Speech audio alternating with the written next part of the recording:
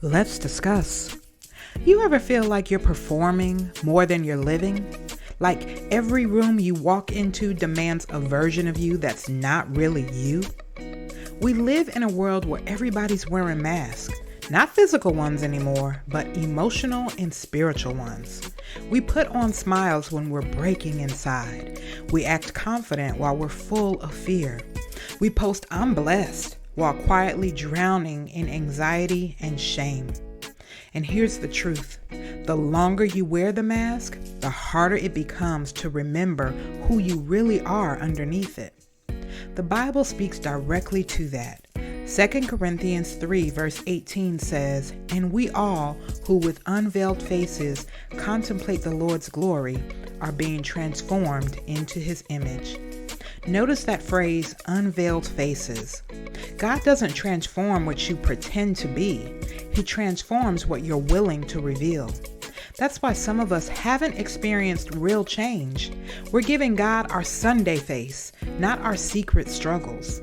We show God our highlight reel, but hide the parts of us that still need healing. And yet that's exactly where God wants to meet us, behind the mask. Think about Adam and Eve in the garden. After they sinned, the first thing they did was hide. They covered themselves. They put on fig leaves, the original mask. And what did God do? He came looking for them. "Adam, where are you?" he asked. Not because he didn't know where they were, but because he wanted them to stop pretending. When you hide who you are, you rob God of the opportunity to show you who he is. He can't heal what you hide. He can't bless what you fake.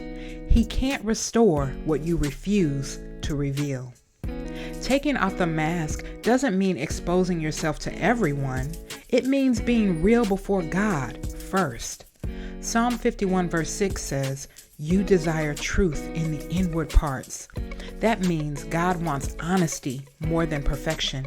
He already knows the mess. He's just waiting on you to stop acting like you've got it all together. When Jesus walked the earth, the people he clashed with most were the Pharisees, the religious folks with perfect appearances but impure motives. They looked holy, but their hearts were hard. They wore the mask of religion but lacked real relationship. And Jesus said in Matthew 23, "You clean the outside of the cup, but inside you are full of greed and self-indulgence." God's not impressed by polish. He's drawn to authenticity. He would rather you come to him broken and honest than fake and flawless. So here's the challenge today. Take off the mask. Stop pretending everything's okay when it's not.